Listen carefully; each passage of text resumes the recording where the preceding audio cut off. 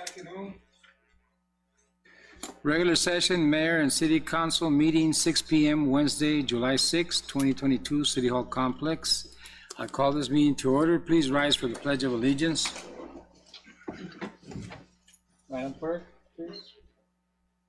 Pledge allegiance to the flag of the United States of America and to the republic for which it stands, one nation, under God, indivisible, with liberty and justice for all.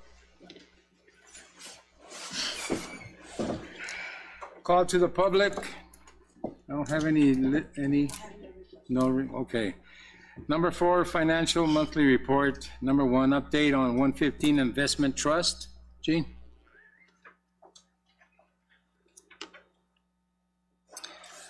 Okay, so as of July 1st, in the 115 trust was $15,980,000, 383 and 39 cents. It has gone down a little bit since all the money went in, but it didn't go down as bad as some other places money has gone in. Mr. Massey and I talked about that today. And then just out of curiosity, I looked right before this meeting at the closing numbers of today, and it's already actually gone up a little bit. We're back into the 16 million. So every day is a little different. It did drop, but it is going back up. And then I didn't send you guys out the full monthly reports, but there's a few numbers I just kind of thought you might be interested in. Is that okay? Go ahead. I wanted to go over the sales tax real quick. For May, we had $996,824 come in. So at the end of May, we are $2,272,487 over last year. And I just wanted to kind of let you guys know that number. That was kind of an impressive number to see that. And then just real quick with the water and sewer. At the end of June, we had 6,159 active accounts. That's water and sewer accounts, which is up about 100 counts from last month. We're starting to get a few of our sewer accounts that weren't active. They're starting to reactivate their accounts, which is good. We have 419 accounts on contract, and 98 of those 419 are just from our Verde sewer area. So we're starting to get a few more of those in too, which is a good thing. Those are just some little highlight of some numbers. Next month we'll go back to the full monthly reports. Thank you very much. Thank you. Number 5, the fuel report.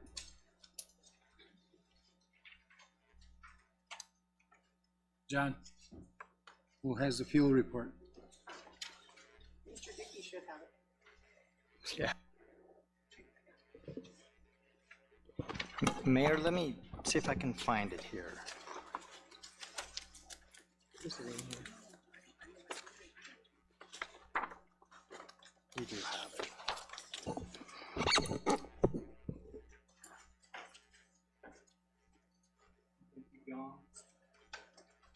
Thank you. All right, if you look at May, in April, May 2022 would be the last month that we had on here. If you go down the list, it looks like we had, everything's still pretty consistent, especially when you look at the ones, and the main one to really look at, just kind of see where the fuel is, and that is the sewer. I mean, not the sewer, the sanitation, obviously.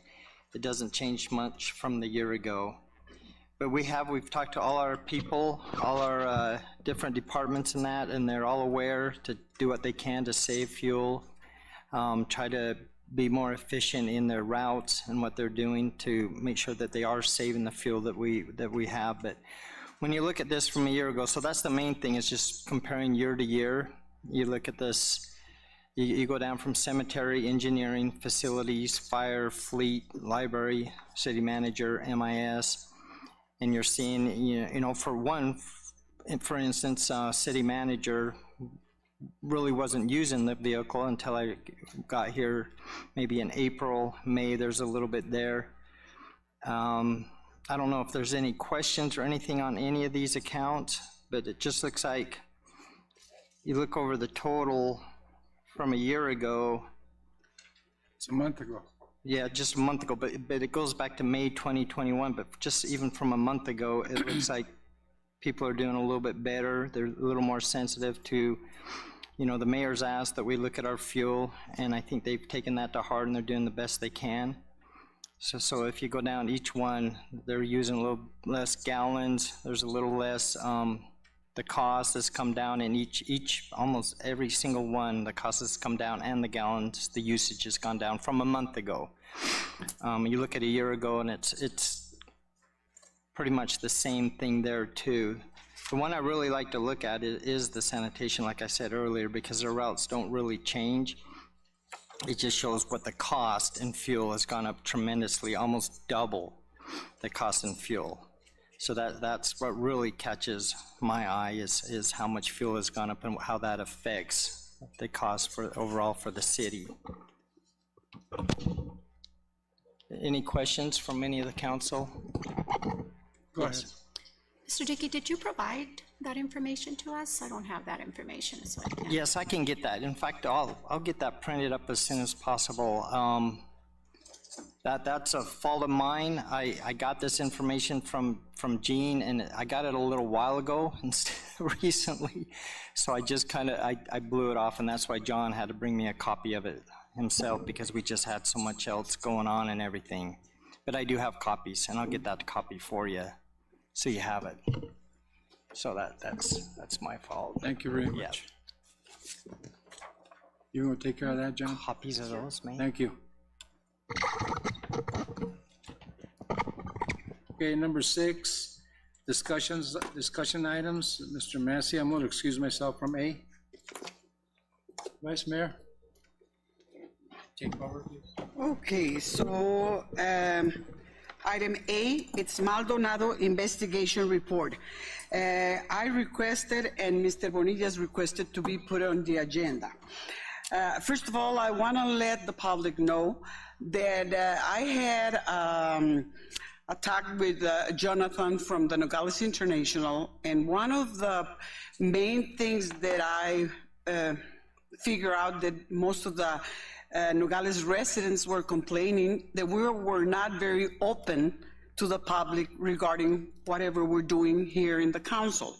So I got this is the second investigation report that we got, and we all got a copy of it.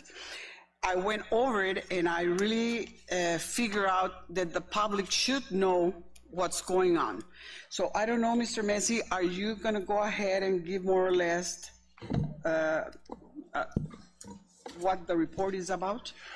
Certainly, Madam Vice Mayor. I just also appreciate your comments, but this was a report that was,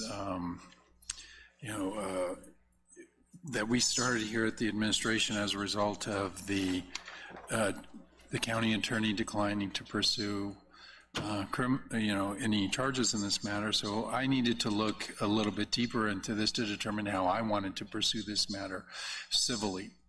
So that's what this report is intended to do, and that's what it does do, is it helps guide my approach on how to proceed with this case. As you know, Madam Vice Mayor, that we've had multiple discussions starting at least a year ago on the need to follow up and take on collections efforts in our sewer, especially our sewer accounts in the Verde area. And so this is one of the accounts.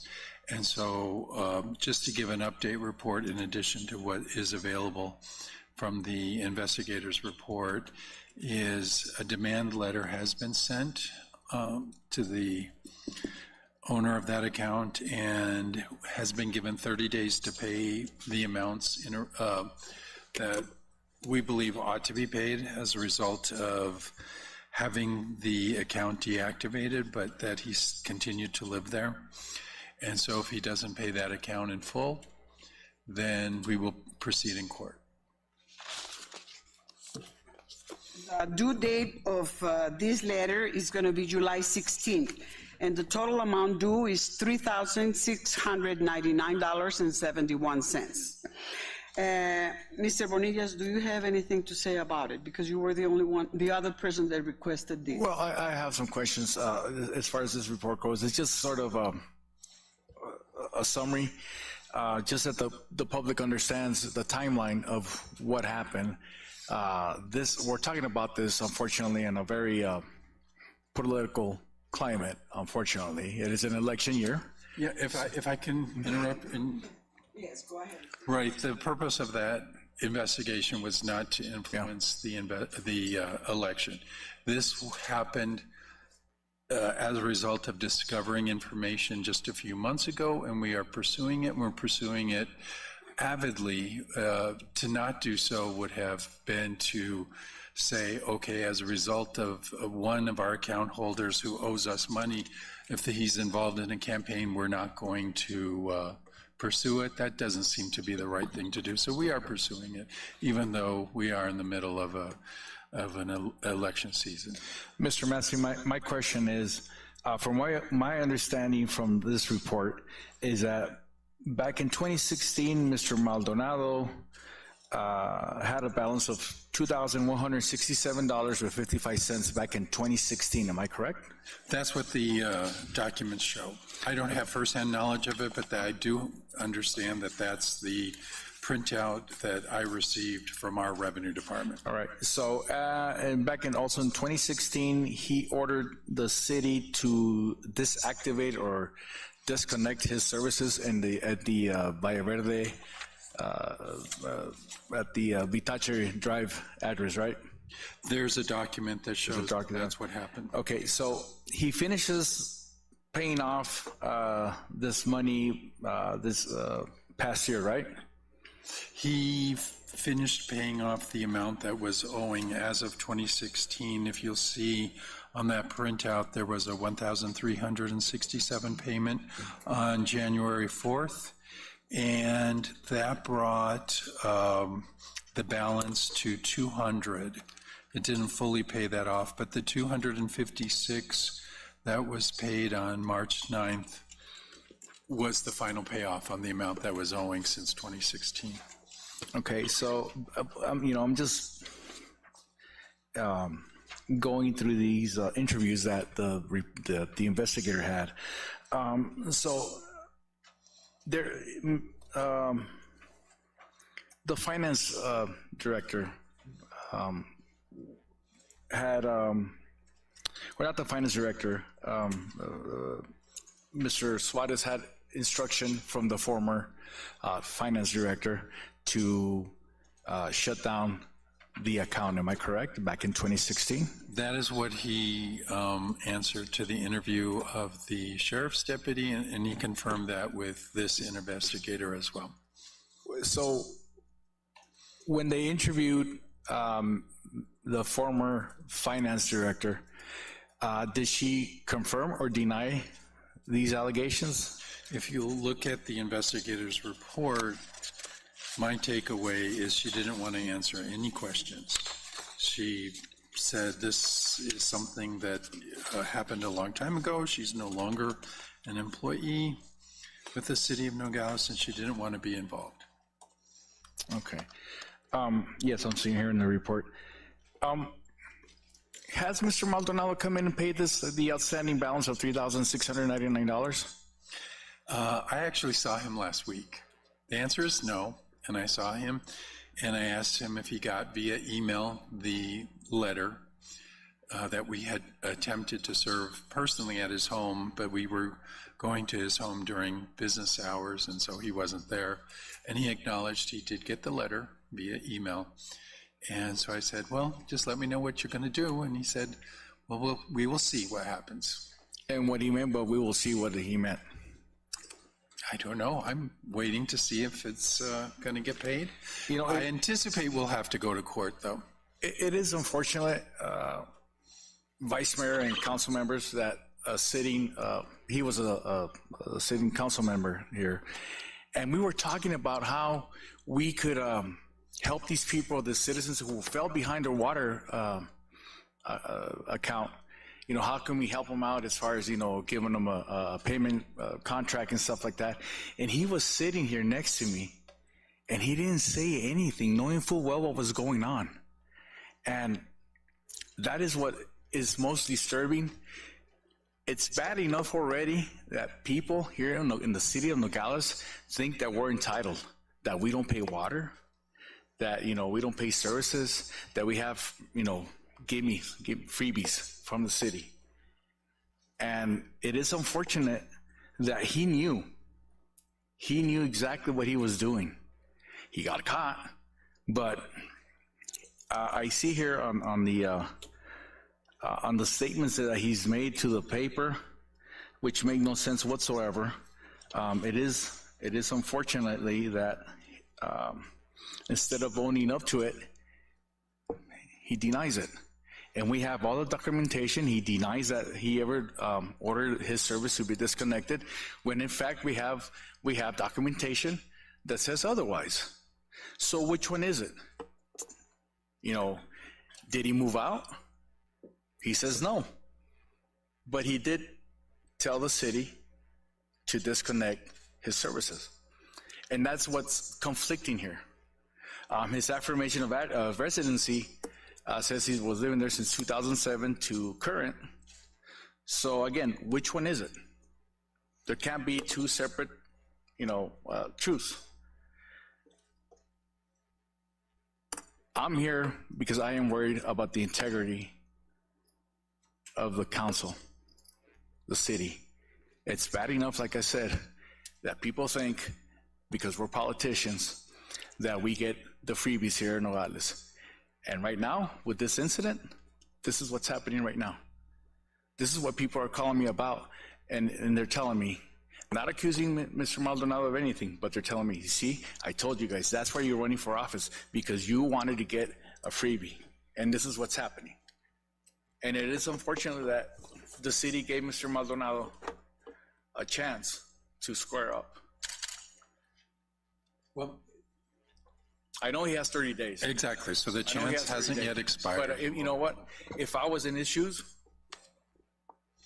I'd take care of this the next day. I'm sure he'll get good legal advice. It is a very unfortunate that Mr. Maldonado has denied when we have, we just have the facts here, and the facts don't. He said he has said that he was, the two payments that he was making for $50, he thought that he was paying for both of these things. That's being disingenuous. How can you pay for something that you didn't know was owed? I mean, come on, really? Yes, he's making two payments. Am I correct, Mr. Massey? He was making two payments for $50. Am I correct? Well, the account records show every time that he made a payment, it's on there. And there's $50 payments, and then he would wait a couple of months, quite a few months, and then make a $100 payment, wait a few months, a $100 payment, wait a year, a $300 payment. So very sporadic. What caught my attention in the first report was that the report started, there's a former employee of the city of Nogales, and that's incorrect. We're not employees, we're public servants, and we're held to a higher standard. And that is very unfortunately, I think that we should be held to a higher standard. I think it is unfortunate that one of us decided to defraud the city for 6 years, and then finally, being caught, not because there was a political witch hunt or anything like that, it's because just the paper trail, that's how it got activated. From what I see in the report, when he handed in his affirmation of residency, it didn't quite jive with the way he was supposed to be paying. He was not supposed to be living there, but then he says he is living there, has always been living there. So that's what triggered everything, and it is unfortunate. It is very unfortunate that we have to go through this today. I don't know about you, Councilman. You guys have anything to add to that? Vice Mayor. Yes, go ahead. I have a question for Mr. Massey. There was an original report generated by the Sheriff's Office. Why is there a need for a second investigation? I didn't think that report was as complete as I was hoping it could be. And preparatory to me filing a civil action, and there's different types of theories that could be alleged in a civil complaint, including the possibility of collecting beyond just the monies owed, but under different theories, there could be punitive damages sought. And so I wanted a more developed factual record. So based on a tool that you utilize for the furtherance of this case was the request for the other report, not because you didn't think it was a good report, you just need additional documentation for a follow-up on your end? That would be a fair way to say it, yeah. Mr. Massey, when Councilman Bonilla started speaking, you said it had nothing to do with the political or the election year. So is this going to be the protocol from now on to bring to the dais everybody that owes a water bill to discuss it? I would say anybody that's been in the newspaper that has already been a matter of public interest, especially as these cases, we've been briefing council all along. So yeah, this is a case of particular interest. So yeah, it deserves to be at the request of the council members to be part of the agenda. So it will be a protocol from now on. As I said, if any council member requests it, we can certainly put it on the agenda. Thank you. I just want to make clear one thing. There were many delinquent accounts, many. The only person that lied about what was happening was him. The other ones came over, made a deal. It was installment payments and a lot of options. He was the only one that denies the account was due and denies he ever ordered to cancel the account. And I have it here. And this is public information. If you need a copy, you're more than welcome to come and ask for a copy so that you really know what's going on. This is nothing political, not that I know. If there was another person that did the same thing, lied about the fact, I would bring it over.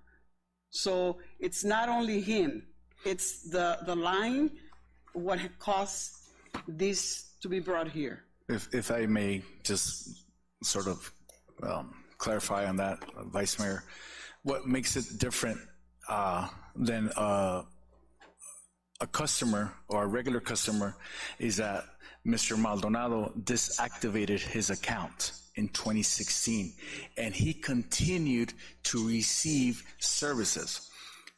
And our customers who are under contract have an active account, and they're paying what they're behind and their current water bill.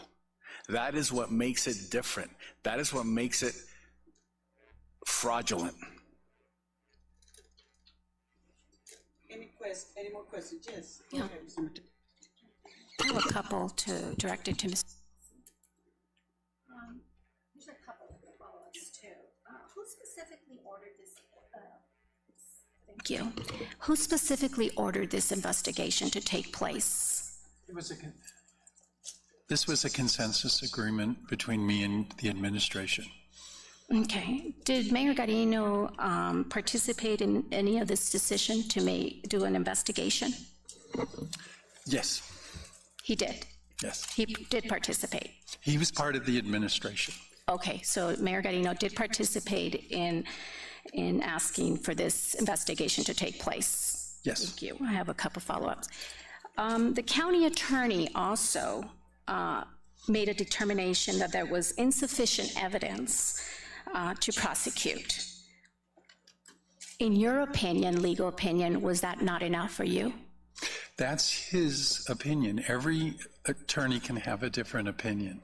And so what I was disappointed with is he seemed to make a final decision based on the evidence that had been collected, and he didn't request further investigation or see what other kind of evidence might be there to go forward. And so, yeah, it did not sit 100% correct with me. Okay, and a follow-up. Just so that we could be transparent as a council member, I did not know about this investigation. It never came to the council and mayor to be approved. So my follow-up question is, did the taxpayers pay for this investigation? Not yet. I have an invoice, and You have- I will be paying for it. You will, the taxpayers will be paid Yes, for this? for my budget. Okay, And the same thing with the cost of any litigation will come out of my budget okay, until there's a judgment, and we will seek the costs. until there's a judgment. Yeah. And then we will seek costs from the other side if we prevail. Okay, thank you. And I have another question. How many accounts are delinquent, and are these also being investigated, regardless if he was on the council or not? Right. I'm not aware of any other account that presents this type of fact situation. So no, if we were aware of some other person who came in and told us that they were moving and then did not move, I would certainly consider that account as appropriate for possible investigation. Okay, I have a follow-up. How many accounts have been opened since this investigation commenced? How many accounts have been opened? Have been opened, how many people have come in to open accounts, sewer accounts, water accounts? That's not something that the city attorney is in charge of. Okay, thank you. And I also noticed on this report that was conducted by Flores Options and Resolutions, that I noticed that the service order attached to this report, it makes reference to the Valle Verde account. And how does the Valle Verde account affect the city of Nogales? Can you tell me a little bit about that, please? No, I don't understand your question. So if you I can ask it again. yeah. So let's go to the document that you're referring Sure, to. of course. Is that, I think it's page 17? It's unfortunately, it wasn't numbered, so it's a little difficult. Page it's, 17 on the agenda? You don't have your agenda? It's one of the attachments. I'm looking at the report directly. Oh, okay. Yeah. So it's the service order dated 4/7/2016? yeah, I'm there. Yeah. So I did notice, based on the reference here, that there is, it says water on the top, left side, and it has worked on AS Valle Verde account. How is that related to the city? Because just so the audience can know, the Valle Verde has their own billing. Okay. I'm not familiar with this particular form. Where does it say Valle Verde? If you like, you can come up and. It says get read mine. meter and turn it off. It says, And then, it says AS Valle Verde. yeah, on the bottom, work by AS Valle Verde account. I think So what that does that was mean? written in there by Angel Suarez, our revenue manager. I don't, Okay, what does it mean, though, Valle Verde account? What does Valle Verde have to do with the city of Nogales? I would have to ask him that question. You would have to ask them? Yeah, Could you ask him when you have a chance and get back? sure. Okay, thank you. And my last question is, so, like I said, this report was given to us on, I believe Mr. Dickey gave it to us Thursday, this report. This report was given to us on Thursday? Yeah, which is Thursday. As soon as we got it.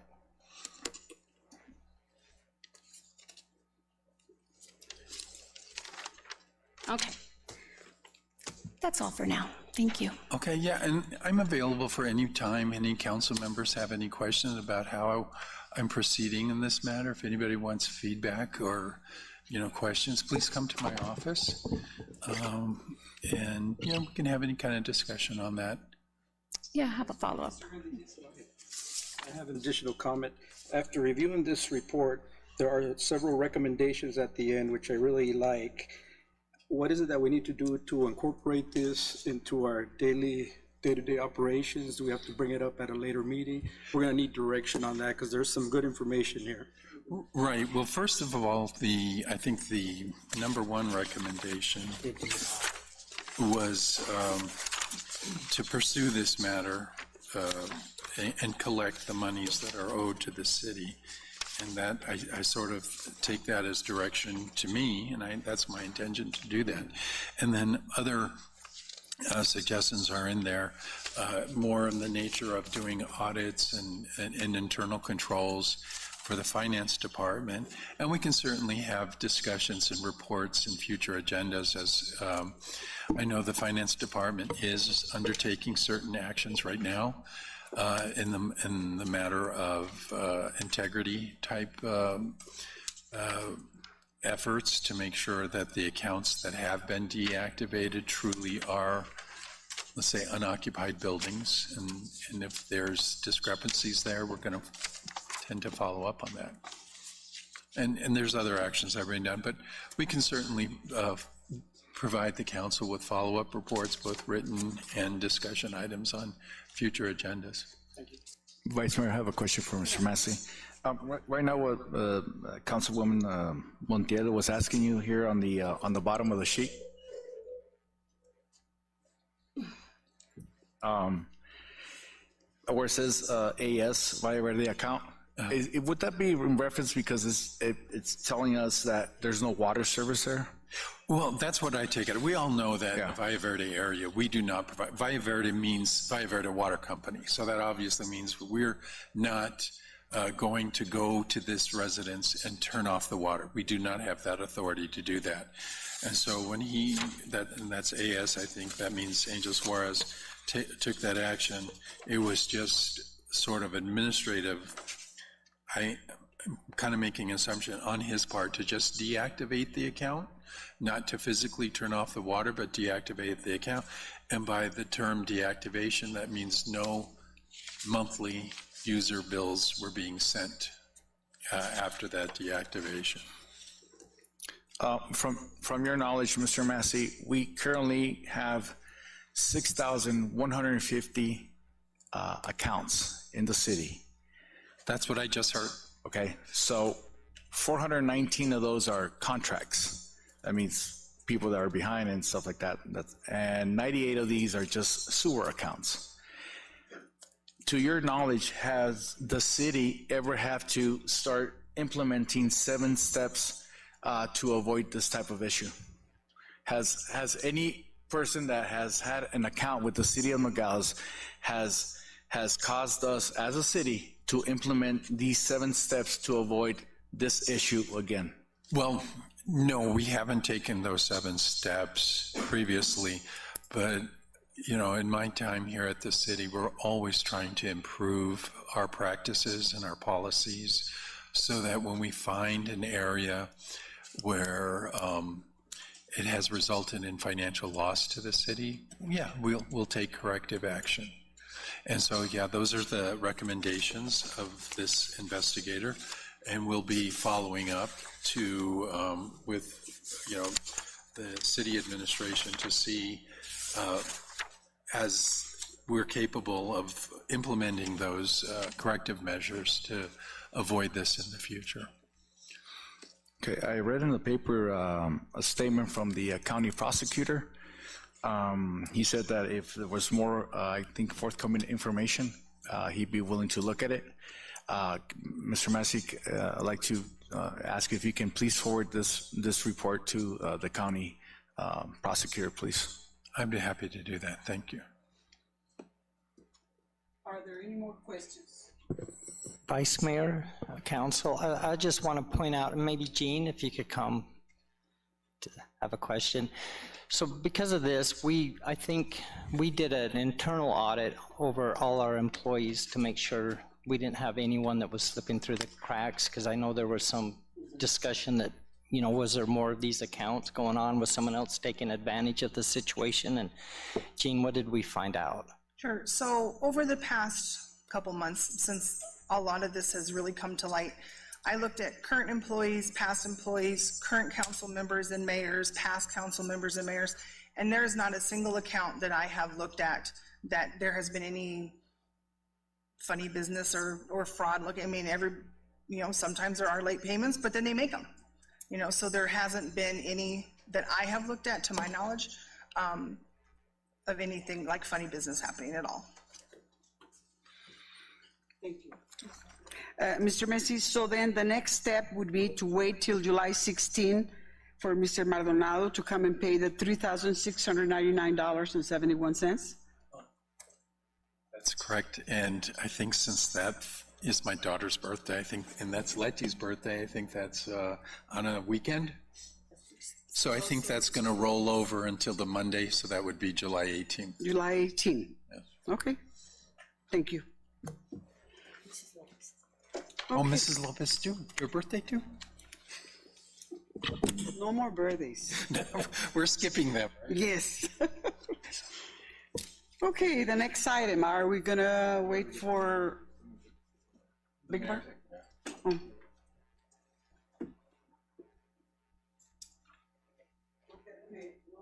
Mayor, to continue the meeting. Thank you.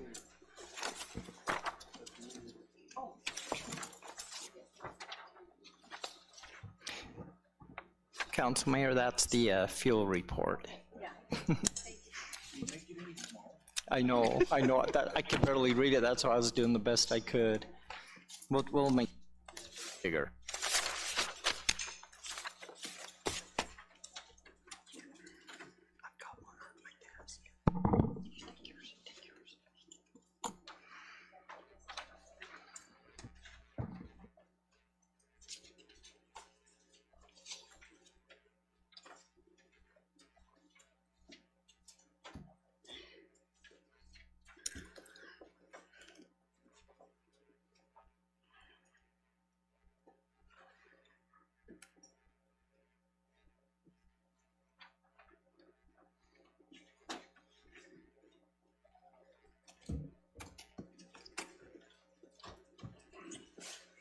Thank you very much, Vice Mayor.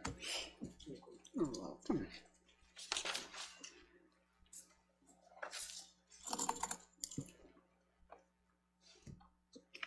Okay, B on discussion upgrade on grass fire prevention in the Middle Hills neighborhood area. I put this on the agenda and asked the chief and so Diaz to be, could you go on the podium, please? So, both of you?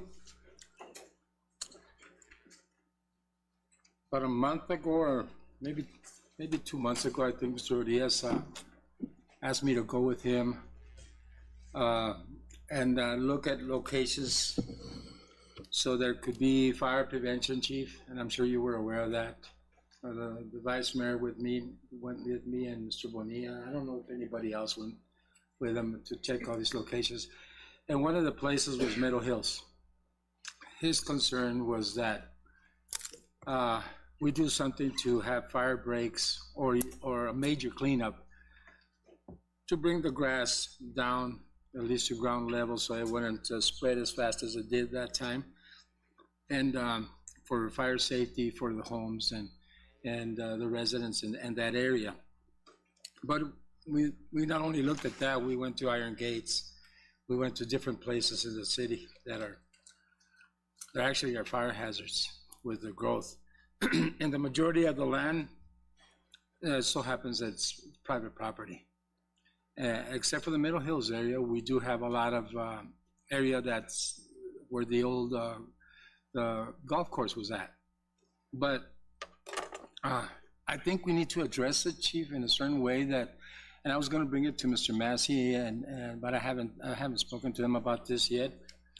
How can we do it that we can get together with the residents, especially in the Middle Hills area, because the grass, just with this rain, I don't know if you've been by there. Have you seen it? It's green, Yeah. but it's already tall again. So I had a call from some residents. I visited about 3 or 4 residents over there. And what they did is they got together and they contracted one person. I think that person worked on a tractor mowing certain areas for about a week, a little over a week. And they cut that whole area, that big area that burnt. And they also went into some of our property. Now, what I think we need to do, because I think between the golf course area and the private property area is kind of almost the same acreage. I think there's gotta be a way how we can work together with the residents of Middle Hills, especially that area, because the other areas that I mentioned right now, like Iron Gates and all those others, you can't get a tractor in there. It's impossible. It's gonna have to be done by hand. We talked about using inmates, remember, Mr. Urias, and stuff like that, and even Boy Scouts and volunteer groups and stuff like that with weed eaters. At least getting a fire break done near the homes or close to the homes. But we also need to have the support of the residents in those areas. So, with your experience, both of your experiences, is there a way we could do something between the city and the residents that we could partner so that we can have that under control? Yes, absolutely. We're looking at it as a two-phase process. One, and we weren't exactly sure what we were talking about tonight, so Fernando was prepared to talk about kind of our short-term mitigation, running the lawnmower part, but then the longer-term part kind of goes into planning and zoning and what's going to be on next month's agenda as far as the wildland urban interface code that's going to be coming to you guys for adoption. And then from there, it's public education and working together with them in those areas. Like if you go over to Meadow Hills now, right when you cross under the freeway, you'll see tall grass, but there's like a conglomeration of different people who own a lot of that property right there, from a church to the state to like an association, it's kind of labeled Meadow Hills, but it's not really an HOA. I mean, there's a lot of that, and that's kind of what, once we get the code in place, we're planning on having meetings in different locations and explaining it and working with them on how we can make sure there's defensible space around their house. And that could be helping them. It could be just education and, hey, like if it is an association, let's say there's a neighborhood association, maybe they do something as an HOA to take care of it too. But that's part of the whole thought process of creating the fire marshal division chief position, and also sending, like for example, Maida, our assistant down there, is going to a public education class, so she'll be teaching some of this stuff to residents. And she's going to go in September for the class, and then she'll be out also teaching this to residents as well. So we have a multi-phase approach that we wanted to deal with the immediate mitigation, which tractor got rented. There was a group between Public Works, Parks and Rec, and the fire department went out and mowed essentially all of our property in Meadow Hills. And then if you see an orange tractor running around town cutting other grass that looks like ours, that's the tractor that got rented. Yes. So it has been a teamwork effort from finance, from helping us figure out where to get the money from, to, even Fernando and some of our crew members were out there driving the tractor over the weekend when Public Works and Parks and Rec aren't necessarily here.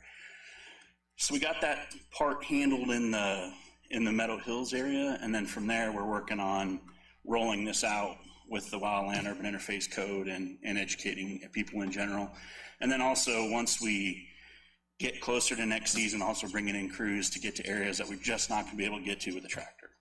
So, I mean, the intent first was let's mow as much as we can in our property, and then work with everybody else. So that's the kind of plan that we have moving forward. It's multi-phase. Mr. Massey, we're going to have to work on it even before we even come up with a policy or something, because this is going to start growing fast right now after the rains. Would there be a problem if we got close to their property to mow? For instance, our golf course doesn't go all the way around everything. It's sectioned off in certain places. Right. And the golf course only goes to that certain area.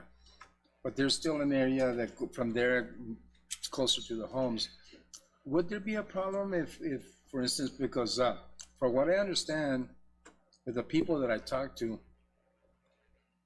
when they asked for support on cleaning up, I think like 9 people volunteered to pay, and it was a little over $2,000 to pay that person to mow. The Verde, the Middle Hills people. So would there be a problem if we help, because it's fire prevention, it's safety, and we have to look at things a certain way. I mean, we have to do fire breaks in a lot of places, you know, and Well, this is my first look at this issue, Mayor, so I'm going to kind of caution my answer a little bit. But yeah, there's definite opportunity to do public-private partnership and something like this.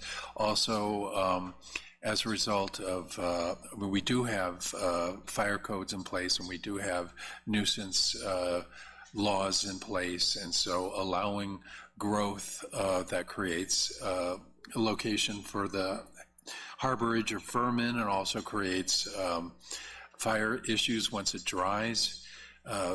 You know, they have a duty as well to get on board. So we need to provide them notice through some sort of a letter or something like that, that they need to get on board. They have a duty to help us. We also would have that same duty as far as the property that we own.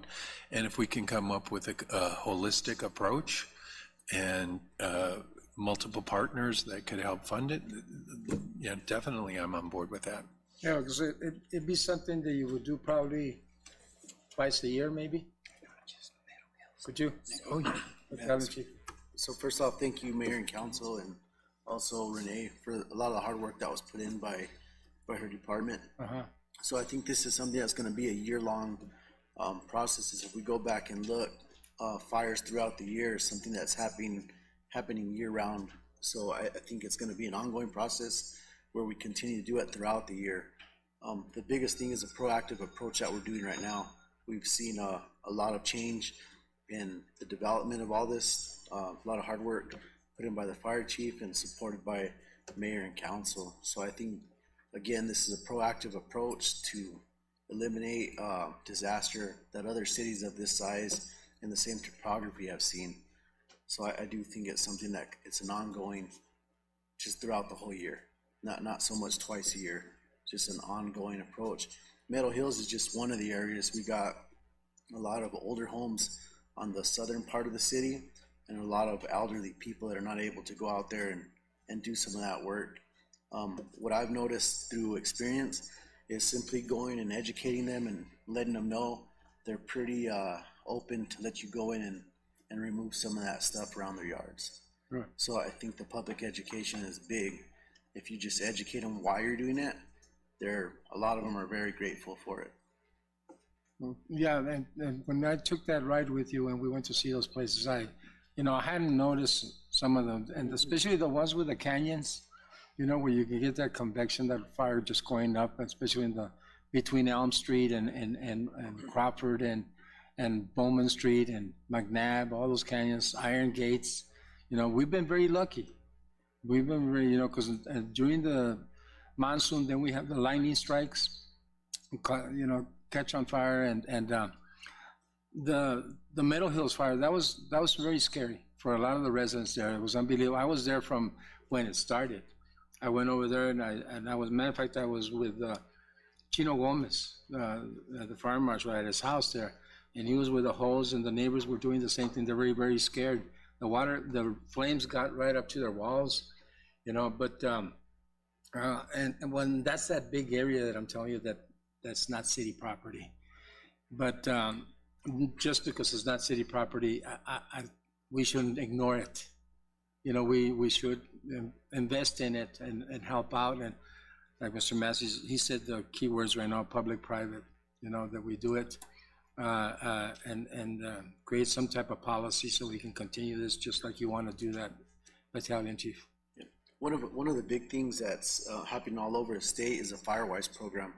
And that's a program that a lot of cities have adopted to help mitigate that confusion and that mix-up of private property and city-owned properties. That's a program that the fire chief started exploring, that we've sat down. I think if we really sat down as a group and looked at that and adopted that, it would really help also with the funding coming in to the city to help a lot of those projects get taken care of by resources from outside of the city.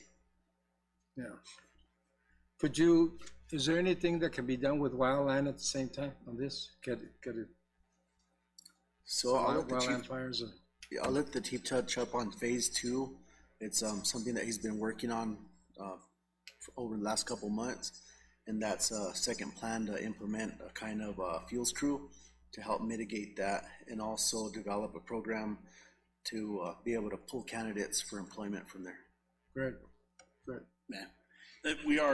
We're looking at a ton of different options, one for staffing our own department, plus also building the wildland area back up as well with people who may not be full-time Nogales firefighters as well, which can help us with some of this mitigation processes. Right now, some of the challenges is to be a full-time firefighter, you have to have an EMT cert, Fire 1 and 2. We can use people who go through a couple classes to do wildland and, hazard mitigation, and then educate them through an academy process like we've been doing, but we wouldn't have to go as fast. So that's all in kind of discussion and process right now on how to build a wildland program back up, as well as, get more employees full-time for the department. So there's a lot of moving parts to it right now, including equipment. I know, like, in the budget, the council had approved Renee to get and her department to get a mower to be able to handle in that area. We're still committed to help out if they need help mowing over there. So it's going to be a huge teamwork effort from the entire city and mayor and council and departments and the public too, to make sure that we get this fixed. Well, Chief, thank you very much, and I think we're going to start working on something like this, Chief. I'll talk to Mr. Massey and see what we can set up so we can bring some type of policy or something to the members of the council, so that we can address this issue. All right. Thank you very much. Battalion Chief, thank you very much. Lastly, that any of the council members that want to go and see those other areas, I'm available to come in and show you, drive those areas, so you're aware of the areas when something does come out, that you have an idea exactly what we're doing and what we're talking about. So the offer stands to anybody on the council or the city. Thank you very much. C, we're going to be tabling that. Is there a motion to table, please? So moved. Discussion? All in favor signify by saying aye. Aye. Opposed? The ayes have it. Number 7, liquor license. A, consideration possible action of a liquor license 2022-6, approval, a recommendation of an issuance of a special event liquor license application for Mr. Vicente I. Gonzalez for Cultural Arts Committee for a fundraiser August 20th, 2022. So moved, Mayor. Second. Discussion. Hearing none, all in favor signify by saying aye. Aye. Opposed? The ayes have it. B, consideration possible action of liquor license 2022-7, approval recommendation of an issuance of a special event liquor license application for Mr. Vicente I. Gonzalez for Cultural Arts Committee for a fundraiser September 7th, 2022.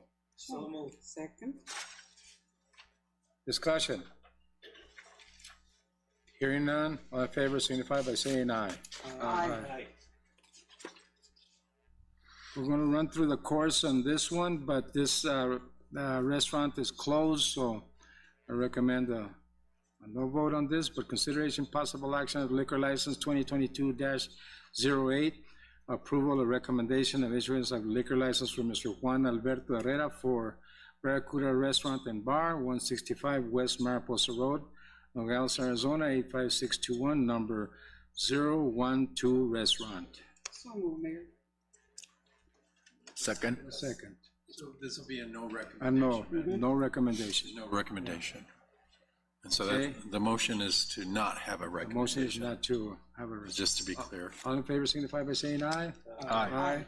Opposed? The ayes have it. Okay, orders. I'm gonna go through B first and then A. B, consideration possible action of order 2022-07-042, an order of the council of the city of Nogales authorizing the city manager to award a contract to Innova Engineering, Inc. for the Old Tucson Road pavement replacement project. Second. Discussion. Yes, go ahead. Do you have a start date for this project? I don't know that. We need to ask somebody. Who's here to talk about this? Is Juan Guerra here? No? John, who's gonna do it? John, do you have a little info on that, the start date? Mr. Mayor, Yes, go ahead. I don't know when the start date is, to be honest with you. I'm gonna have to run through this contract and see if they have a start date. I don't know if it's included in the start date, and Mr. Guerra's currently in Disneyland Well, with you his know, family. before we go to a start date, John, Yes, do we sir. have the money for it? He doesn't have the money for it, sir. We do have the money? We have 650. Okay, so, so, Mr. Mayor, Mayor and Council funded in the budget $650,000 for this project. The bids came in higher than $650,000. It was 197,202 were short. So the total project came out to $847,202. In the past, I believe the council asked me to reach out to Santa Cruz County to see if they would fund the difference. I have done that, and I've even confirmed before the meeting today. The county has indicated to me that they are unable to assist us with the funding on this. So to award this bid, if you all pass it, we're gonna need to use $197,202 out of the reserve funds for the HERF to award this contract. Go ahead. Go ahead, Mr. Rodriguez. This project services just a tiny part that is responsibility or falls within the city. And we're spending a large chunk of change for this without county assistance. The benefit would be to non-citizens of our community, so we're spending the money unwisely, I would think, if we go ahead and approve this. We can, Go ahead, Mr. Bonilla. thank you, Mayor. I think that we can reassign this money, the $650,000. We have bigger issues within the city. I don't know about you, Mayor, or other council members. I've had nobody, and I mean no one, of my constituents asking me to fix that road. There's a bigger issues here in Nogales, and I think that we can use that money to fix some of these roads instead of dumping in $847,000. Yes, go ahead. Yes, I know we have bigger issues in the city of Nogales, but this one is a safety issue also.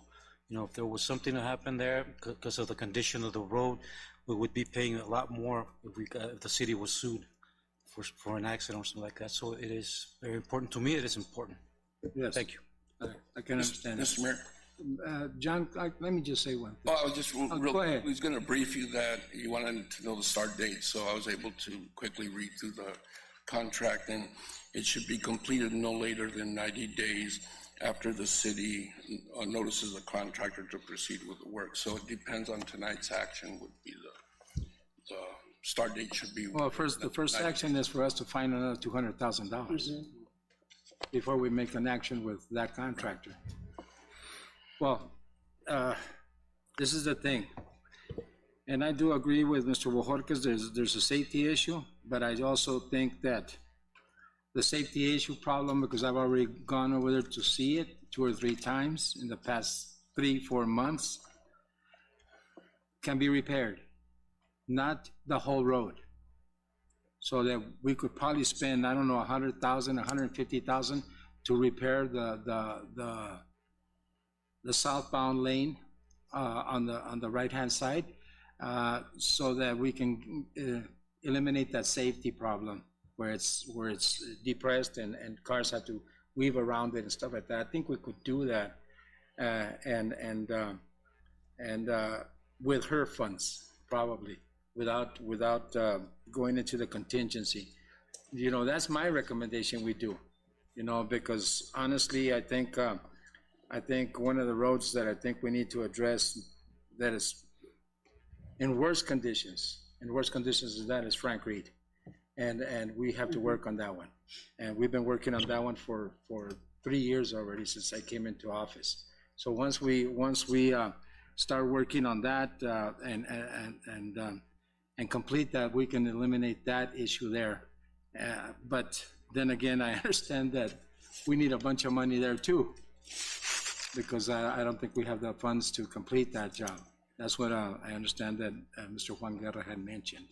So I don't think we should invest another $200,000 to do all of Otusan Highway.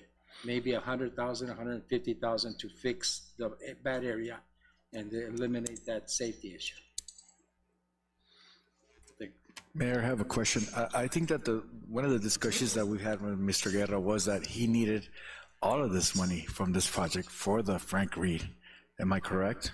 Well, he had mentioned that because he thinks we need that money over there, and that's his recommendation, actually. But that's not the thing. We do need to address the Otusan Highway, but we don't have to address it with this money. We can address it with her. Okay. That's what I said. You guys go ahead, Mr. Walker. Mr. Mayor, what about if we tap into the overweight fees? You know, this problem was caused by overweight, the trailers that transport through that area.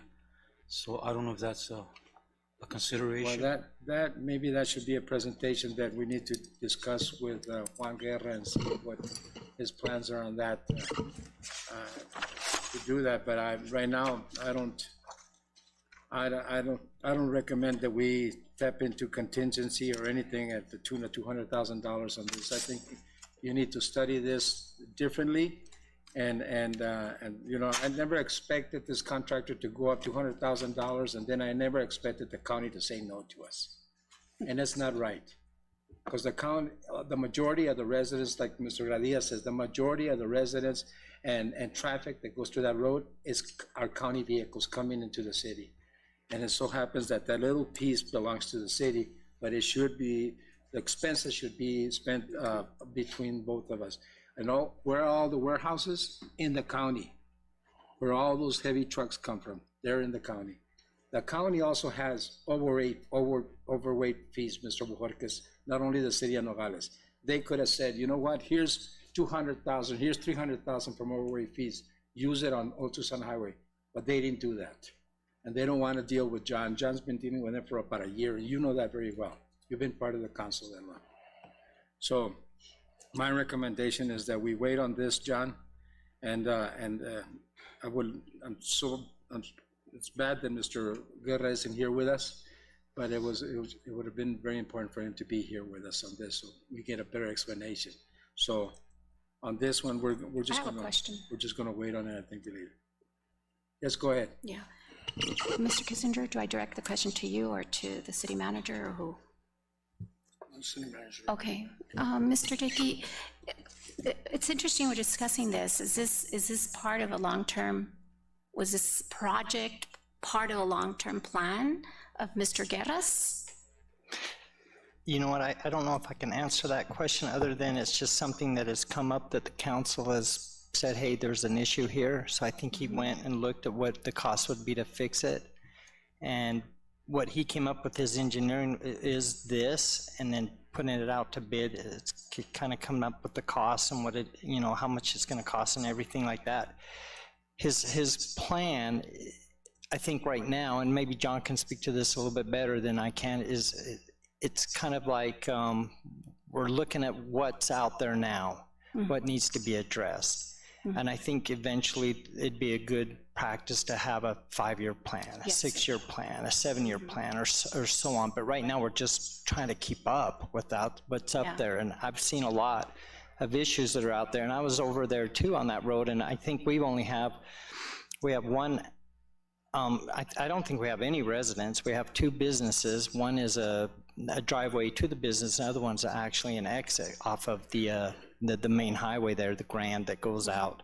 So we really don't have a lot. And I think, like the mayor said, we could do something to fix the safety issue and maybe use the funds somewhere right now where it's more pressing that affects more of our residents. I have a follow-up question. The reason I'm asking is because I notice, well, the time I've been here, that some projects are done and some projects are not done.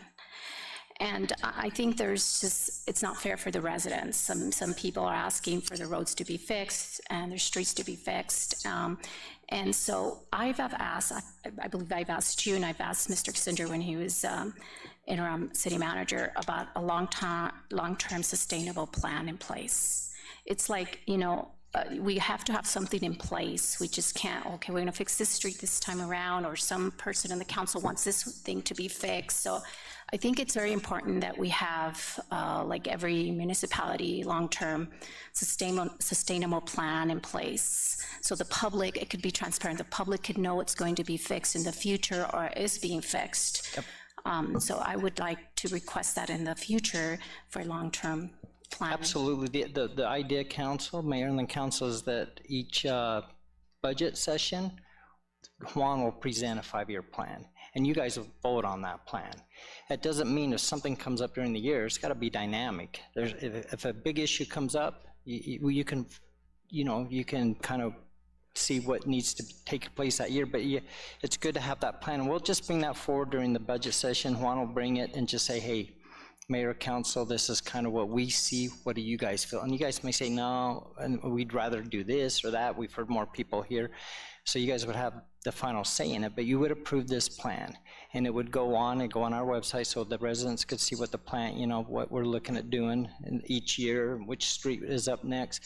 But at the same time, if a big issue happens, a big flood or something happens on one street, of course, that would become more of an emergency for that street. I have another follow-up question. And I'm not an engineer, obviously, so I trust Mr. Guerra's input and his expertise in deciding which streets and roads need to be fixed, and some are more urgent than others. So that's why there has to be some plan in place. Thank you. Mayor? Yes, go ahead, Councilman. Okay, Mr. Dickey, don't we have a general plan that addresses all these problems and roads, and aren't some of these included in our general plan? The general plan should show kind of, you know, where, you know, you want to put future streets, where you want to build and do this and what kind of planning. John might be able to address this specifically, but I understand there's not a specific 5-year plan as far as roads, streets, maintenance. I remember Mr. Bárcenas came up with a plan, and he had an inventory of streets and the order of priorities as far as when they were going to get fixed. Isn't that right, Mr. Bárcenas? Yeah, that's correct. We presented that to the mayor's council, past administrations, and the past administration decided not to follow that, and that's why we don't have it now. So we should probably implement that again. But we do have the one for the projects for the $15 million. Water and sewer? Yes, okay, that's all I want to know. Thank you very much. That's the loan we got, and let's not divert that anywhere. And then another comment, real quick. Yes. And I agree with the mayor as far as addressing the safety issue, but only the safety issue on the old Tucson Nogales Road, and bring it up in our future budget, and try and get the county on board with helping out with this particular item here, and use this money where we need it most here in the city of Nogales. Yes, go ahead. I just have a quick clarification. I am not minimizing the liability or safety issue of any road. I just feel that there is also a lot of liability and safety issues at other roads within the city that would serve better from appropriating that money. Thank you very much. Mr. Mayor? Yes, go ahead. So we visited the site where the depression is that I think everybody here is pretty much aware of, on Old Tucson Road, and Mr. Dick and myself went with Mr. Guerra. Our plan, if this expenditure to replace the entire road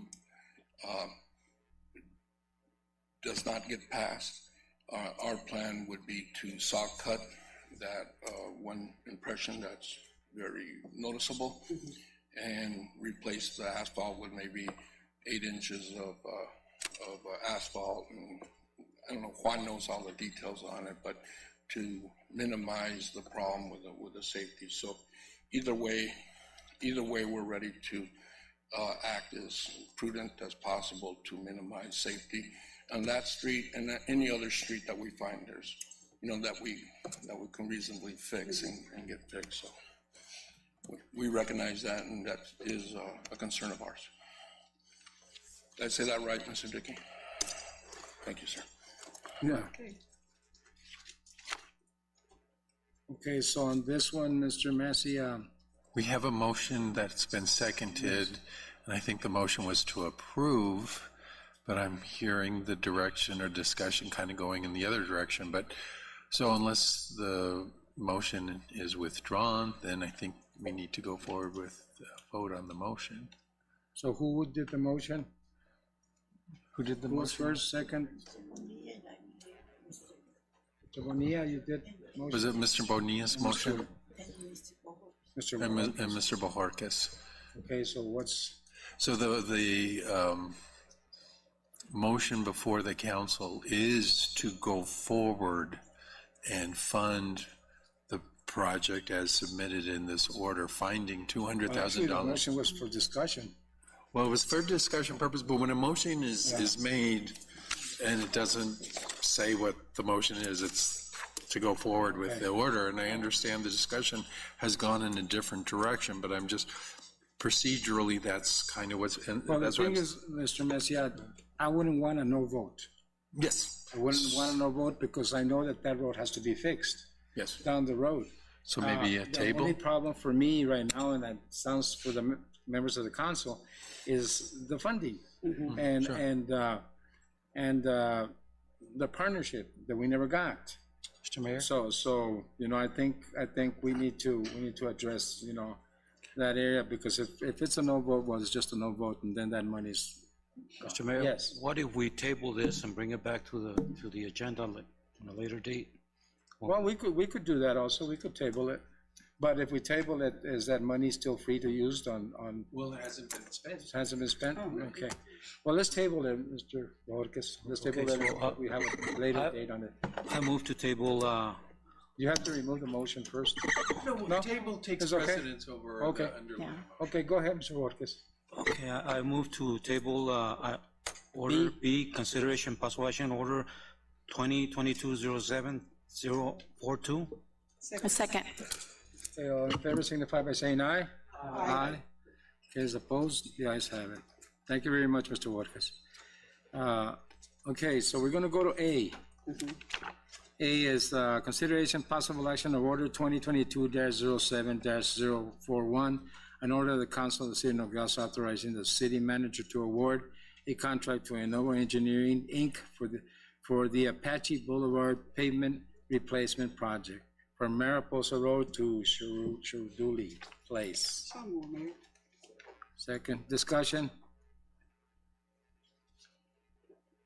Okay, just for your information, on this road, we're already vested on this road. John, are we vested on this road with, what was it, 2019? We passed $134,000 for the engineering on this road with ADOT, to be part of the ADOT project. Is that part of the ADOT Pathway. project? Yes, So this is the same one, it's the same road. same one. So we're already vested in this. Okay, so this is what I'm looking at the summary. And this is what Juan wrote on the summary. It says alternative one, 582,000 overweight fees. And then it says 1.2 million reserve fund, okay?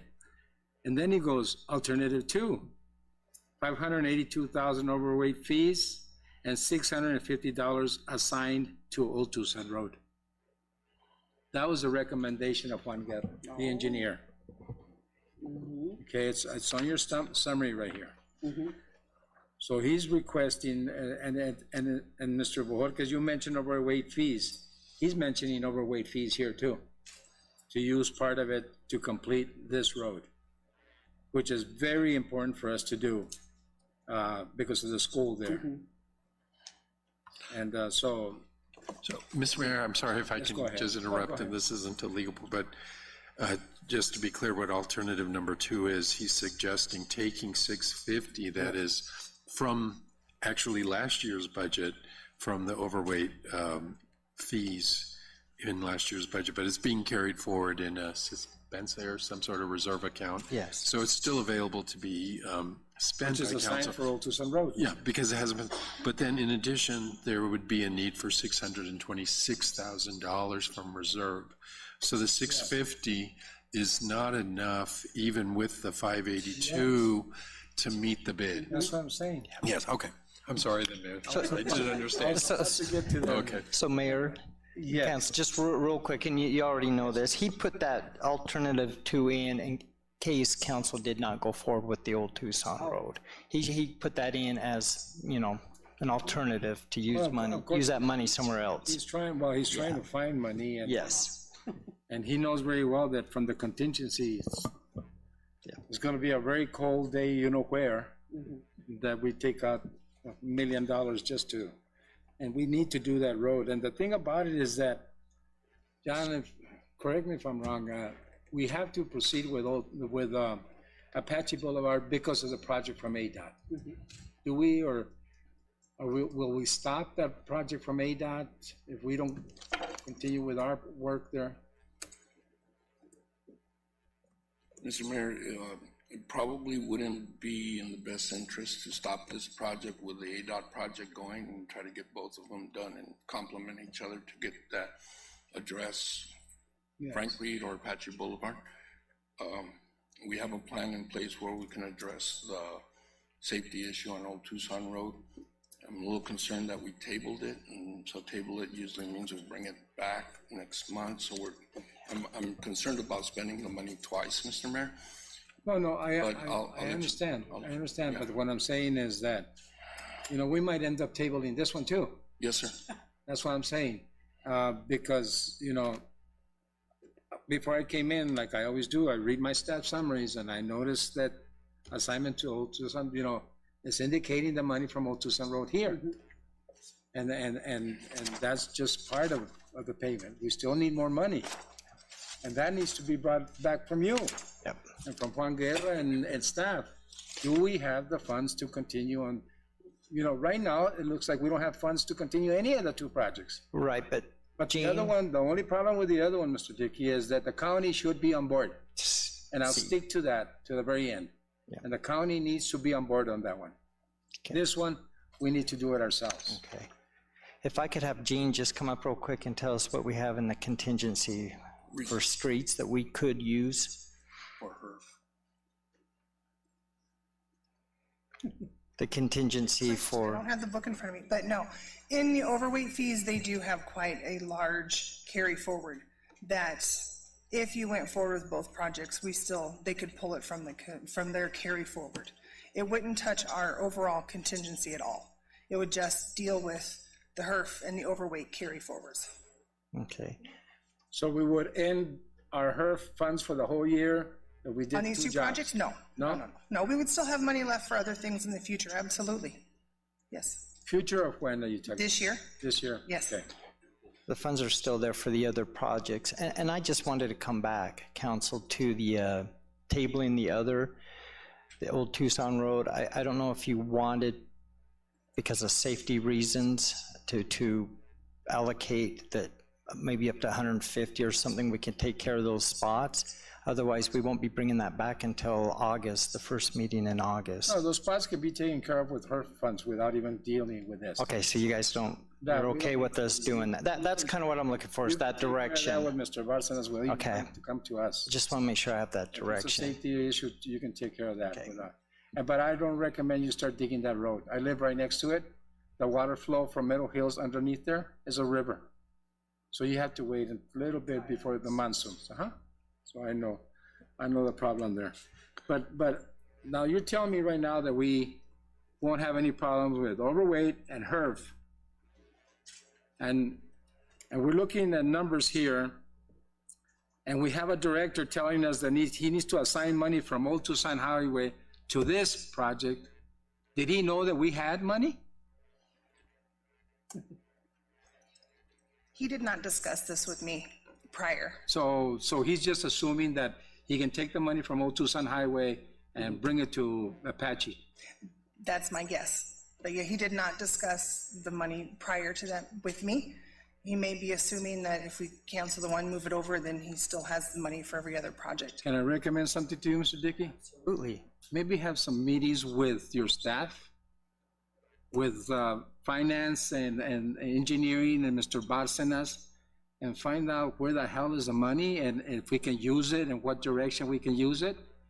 So maybe we can, do the work, because right now I'm looking at something here and and I looked at it in my office and I go, okay, my interest right now is actually Apache Boulevard, more than anything because of the school. Oh, yeah.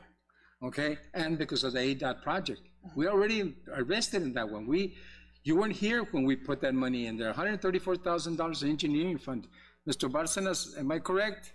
Yeah, I believe so. Yes, and we did that, and I remember everybody was a little angry because when we said, we're gonna invest $134,000, and then I remember I asked Mr. Barcenas, when is the job gonna get done? And you know what Mr. Barcenas said? In 3 years, Mayor. Remember Mr. Barcenas that night? Yeah, remember, Hector, you were here. So we were disappointed because we were voting on $134,000 in engineering, not knowing actually when the project was going to get done. But it's beginning to see the light here. Okay? So let's table this one too. If you don't mind, members of the council, who made a motion on this one? Don't motion. I make a motion to table it. All right. So. Is there a second? All in favor signify by saying aye. You're gonna have a meeting, I recommend, with Mr. Dickey, John, Mr. Barcenas, Mr. Guerra, and then figure out, without going into the contingency, mind you, without going into the contingency on the overweight and the HERF, without leaving us in the dark with no pennies to work with, for Public Works to do repairs on regular roads in the city of Nogales, and then we'll bring them back and then we'll discuss them. Is that okay, Jane? All right, Mr. Dickey, great, thank you very much. All right, we move to C.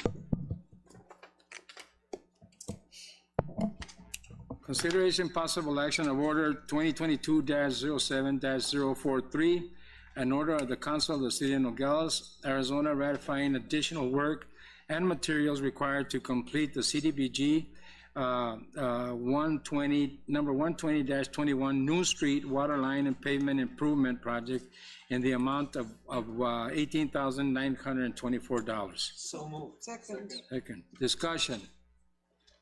Hearing none, all in favor signify by saying aye. Aye. Opposed? The ayes have it. D, consideration possible action of order 2022-07-044, an order of the Council of the City of Nogales authorizing an intergovernmental agreement with the Nogales School District Number 1 for the reimbursement of the salaries and employee-related expenses of 2 police school resource officers at the Nogales High School and Wade Carpenter Middle School for the year 2022-23 school year. So moved. Discussion. Hearing none, all in favor signify by saying aye. Aye. Opposed? The ayes have it.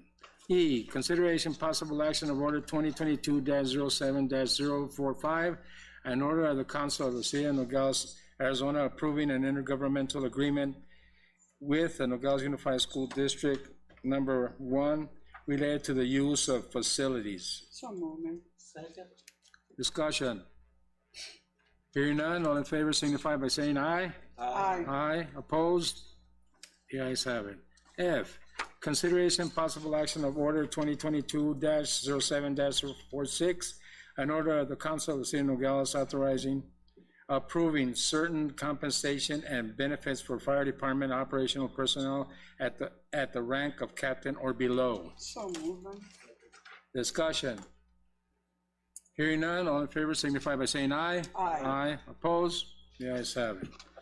Number 9, resolution A, consideration and possible action on resolution R 2022-07-001, a resolution of the City of Nogales, Arizona, Mayor and Council designating the Chief Fiscal Officer for officially submitting the fiscal year 2023 expenditure limitation report to the Arizona Auditor General. So moving.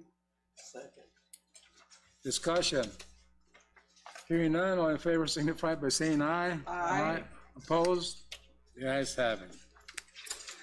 Mayor's report and current events. Ms. Montiel, we'll start with you.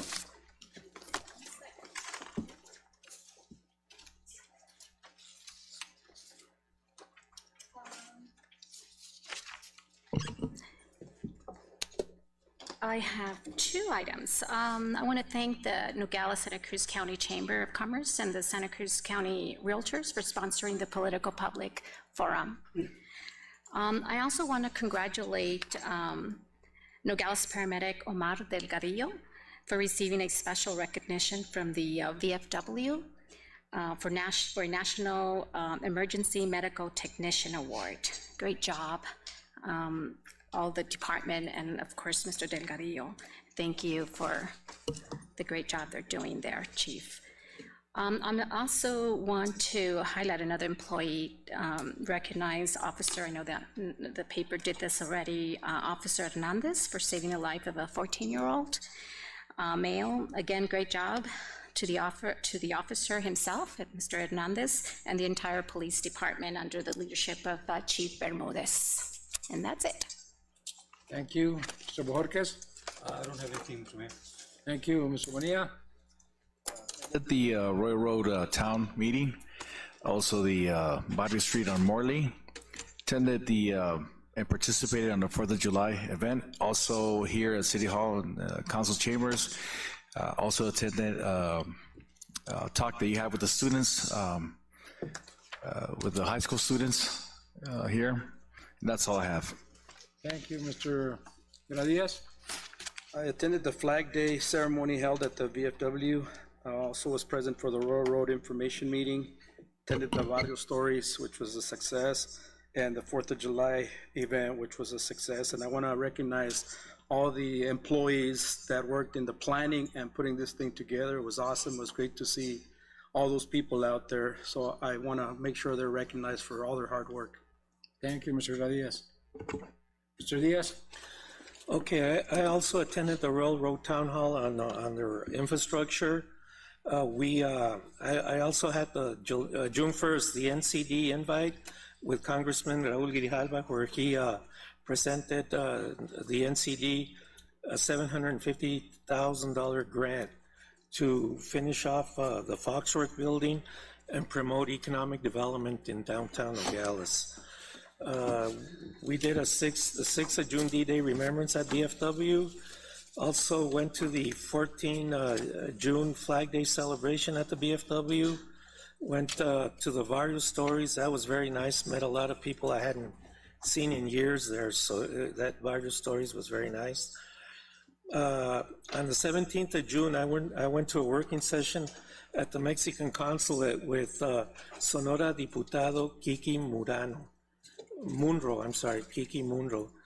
I was invited by the Mexican consulate, and I went to a working session there. The 29th, I was at the U.S. consulate residence in Nogales, Sonora, for a 4th of July celebration along with Vice Mayor. It was very good. We did a lot of networking there, and it was a very good event. On the 26th of June, we had the BFW National EMT of the Year Award, which is a great award, very prestigious, because it's a national award from the BFW to our Nogales EMT. And the 4th of July was a great success. Everybody had a lot of fun. All the families were there having a great time. Young people, real young people, the older people, and nothing but good comments. All the nonprofits sold their wares, and everybody, from what I hear, everybody sold everything. So it was very successful, and I also want to thank all the staff and city employees that put it all together. It was a lot of work, for everybody that was doing the work. And I'd like to thank everybody for all their hard work and making this event a great success. And thank you very much. Vice Mayor. Yes, I attended an art exhibition at the Mexican Consulate. I also attended the 4th of July celebration at the American Consulate in Nogales, Sonora. We had the first meeting for the community center. We're getting involved, the Chicanos for la Causa, Mexican and American Consulate, and the city. It's a great project. We're barely gonna start it, and thank you, Mr. Thompson and Renee, for being part of it.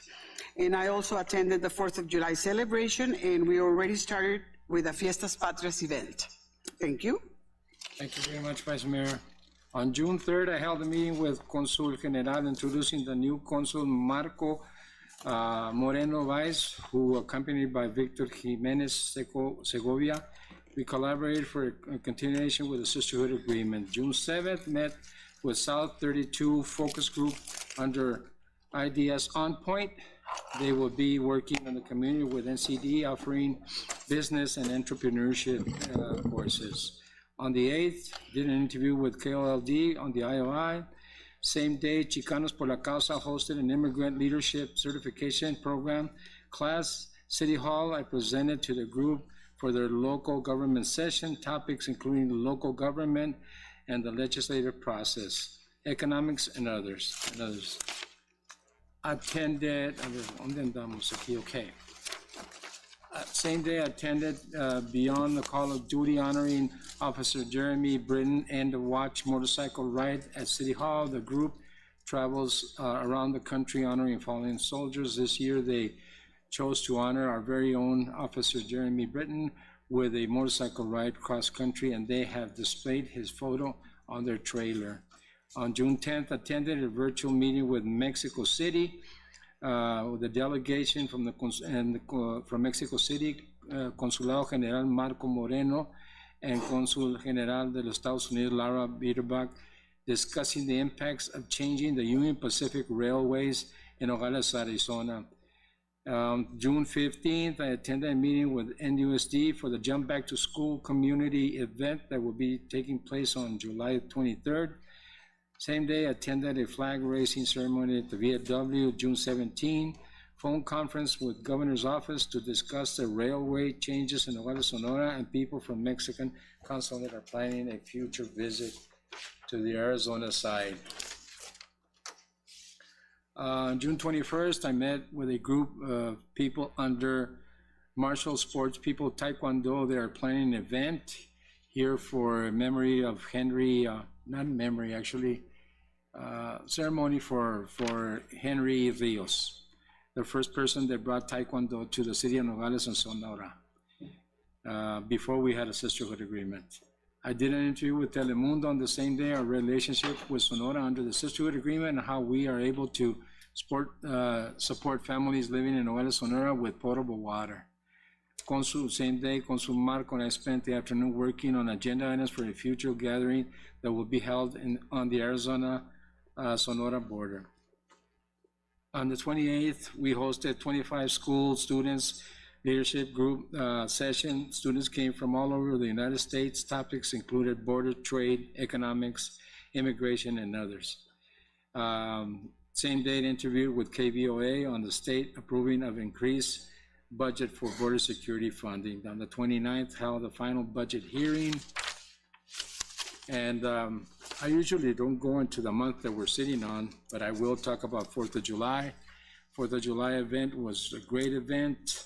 I was surprised by the community and everybody in Nogales that after the storm we had, that uprooted some of the trees that in front of our city hall and did a lot of damage in certain areas of the city of Nogales, and did also a bit of damage to the tents and everybody at the park. The people showed up in the thousands. The music was great, even though Saulo Bonilla screwed up the music. Everything went well. Just joking, Saulo. But we had a great time. We had a great time. We stayed there to the very end, and the sky cleared up, and the people came back, weren't scared, And I talked to a lot of the vendors, and they did well. They sold, the majority has sold their carne asada, their knickknacks and stuff that they were selling, and all kinds of food there, and people enjoyed it. It was a good family event, and that's what I wanted to see, because that's the reason the theme was together again, and the people came back, and we were together again. Thank you very much. With that, I go to future agenda items. Anybody with future agenda items? Mayor. You already got something from Mr. Dickey. You got something from Montiel already, and then we got something from Mr. Bojorquez on the two issues on the streets that we're going to talk about. Sure. But when you bring it back good, Mr. Dickey. Go ahead, Mr. I would like to see if we can get staff to work on a feasibility study for raising the minimum wage for city employees to either $14 or $15 an hour. Tucson, for example, has a minimum wage in effect for all Tucson city employees.